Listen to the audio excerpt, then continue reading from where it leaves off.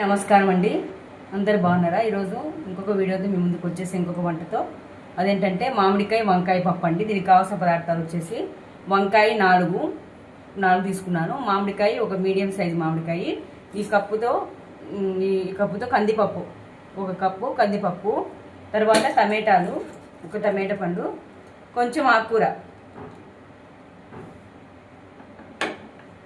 ఇది అంత వేసి మనం ఏం చేయాలంటే కట్ చేసుకొని శుభ్రంగా కడుక్కొని తర్వాత దీంట్లోకి కొంచెం పసుపు, చాలా బాగుంటుందండి. ఇప్పుడు మామిడికాయ పప్పు వేసవికాలం ఎండాకాలం కదా. ఇప్పుడు కారపొడి, ఒక ఉల్లిగడ్డ, కారపొడి ఇట్లా మనం ఒక స్పూన్ అట్లా వేసుకోవచ్చు, దాన్ని బట్టి క్వాంటిటీ బట్టి. ఇంకా తర్వాత వాటర్ వేసేసి పెట్టుకునేదే, వాటర్ వేయాలి తగినన్ని.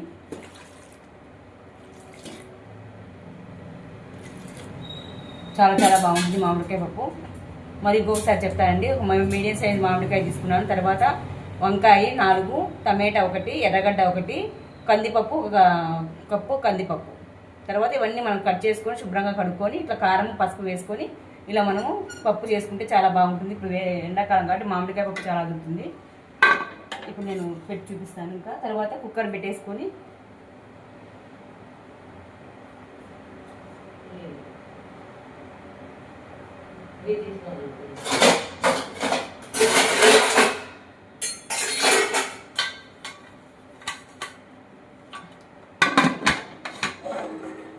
ఇప్పుడు ఒక 5 విజిల్స్ వస్తే సరిపోతుందండి. తర్వాత పోపు పెట్టుకుంటే సరిపోతుంది, నేను చూపిస్తాను.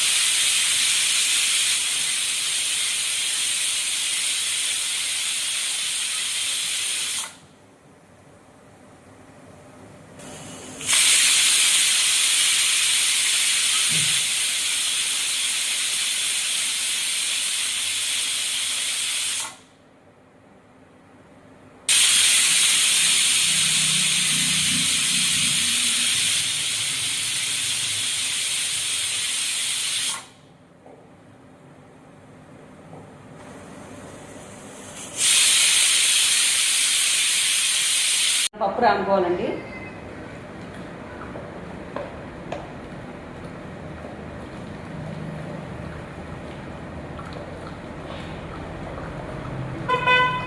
తర్వాత పోపు పెట్టుకుని చూపిస్తాను నేను.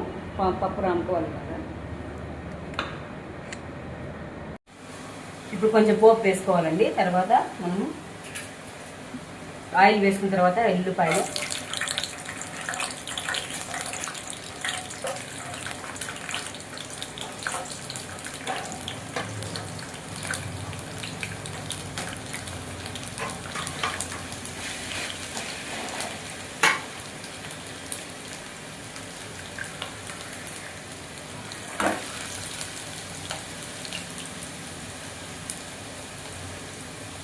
తర్వాత ఎండుమిర్చి వేసుకోవాలి. పోపు వేసుకున్న తర్వాత ఎండుమిర్చి, ఆవాలు, జీలకర్ర, ఎల్లిపాయ,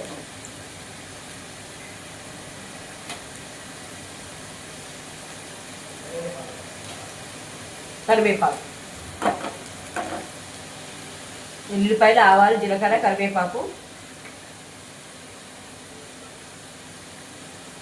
తర్వాత జీలకర్ర వేసుకోవాలి. తర్వాత ఎల్లిపాయలు, తర్వాత ఆవాలు,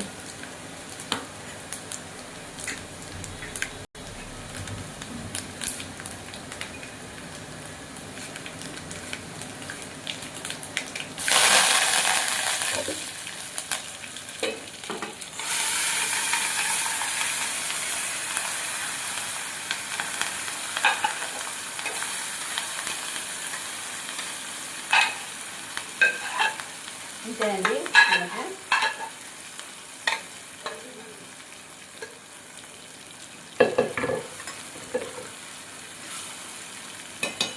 వేడివేడిగా మనకు వంకాయ మామిడికాయ పప్పు రెడీ అండి. అంతేనండి. ఇలా చేసుకొని మీరు టేస్ట్ని రుచిని బాగా చూసుకోండి. ఓకే అండి. ఉంటానండి. అందరికీ నమస్కారం అండి.